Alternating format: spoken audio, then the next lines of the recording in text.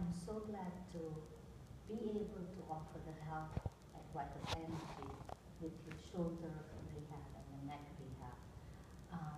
Today I would like to give you opportunity to tell us that how your journey has been, and especially with the PTSD that you had suffered.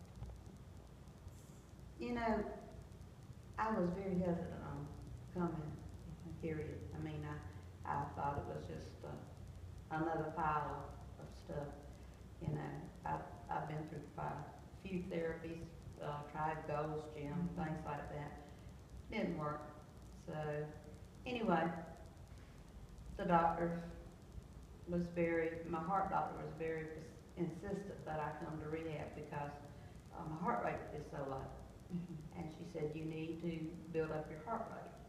And so I said, well, okay. So I finally showed up. I was very impressed with you in my interview. And you talked about things, you picked up on things that were so deeply buried in my memory and in my soul. The very first time I met you, I felt comfortable. And I don't feel comfortable with very many people. I mean, I'm a cancer and I'm an only child, so I pretty much so stay in my shell. And, you know, I enjoyed talking to you. And when I got here, I had to come here, I was walking on a cane. Didn't walk, having lots and lots and lots of pain everywhere. And you have very gently moved me along. I can ride a bicycle for a mile. I can walk. But you found places in my head that I didn't even know were there. I haven't slept over 4 hours in 35 years. I go to bed anymore at 8 or 9 o'clock, and I sleep till 7 or 8 o'clock every morning. Sound, good, restful sleep. No nightmares. And you're a veteran, right? I am a Vietnam veteran. I'm a United States Marine. I was one of the first combat women in Vietnam. I am a first lieutenant. I went in as a second. I came out as a first. I didn't wear a skirt and a dress and all this good stuff. I'm a combat Marine. Was born and raised in a little town called North South Carolina, which is all swamps and air base. And that's where I grew up.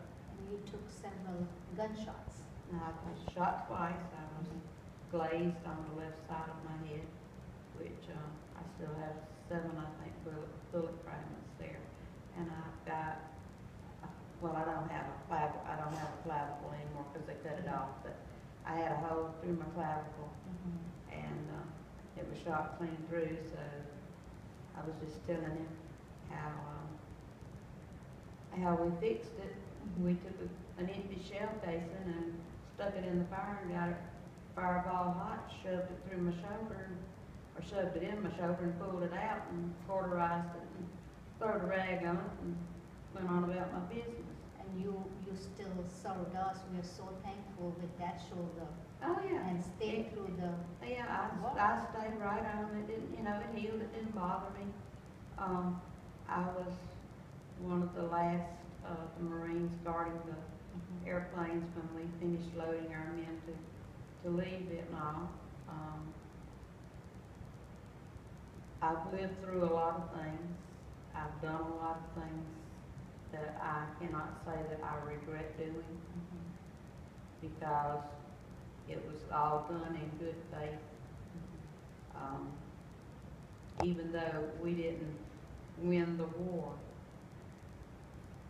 we went there to win the war. And until we were pulled out, if we hadn't been pulled out, we'd still been there probably. But you know, that's the United States government's problem, not mine. And at the evaluation time, I was very surprised when I touched your head and I found the scars. And that's what told me that there is a lot of emotions that's buried. And until I change that, I'm not going to help you recover with your PTSD or help you recover with your muscle spasms or tightness in your neck muscles or with the shoulder recovery, and especially changing your heart rate. Yeah. Because once that emotional blockage got released, it's making everything much easier. Everything is coming along so much better. I have not fixed Thanksgiving dinner in over 5 years for my children. I had 36 people at my house, and I cooked Thanksgiving dinner for them. And it was so joyous. It was not a chore. I didn't hurt doing it. I mean, I thoroughly enjoyed it. Do you want to give a message to patients suffering with PTSD? If you think you've got it, or if you don't know that you have it, which I didn't know that I had it, come find out. Because I tell you, Miss Ema's she's got a touch that's a gift from God. I mean, she really does. She touches your heart, she touches your soul, and she can reach that inner part of you that's there that you don't let anybody touch. But she has a way of getting there and opening up all the bad doors and getting all the monsters out. And I'm not well by a long ways, but I feel so much better. And you can raise your arms I up. lift my arms up, I can do things, I feel good. My grandbabies look at me and they're like, Granny, what have you been doing? You're smiling. Thank you. Thank you. And I'm glad you gave me an opportunity to do your rehab thoroughly. And not just physical rehab we were able to do. all of it. I mean, it's like going to, Spiritual, mental, it's like going to a psychologist, a preacher, I mean, a psychiatrist, getting physical rehab, mental rehab. It's fantastic. Thank you And- very much. And And you know, I didn't know that there was a place like this, and I'm so thankful that God sent me here. Thank you. And, you know, I'm passing out cards everywhere I go and telling people that I know that, you know, you need to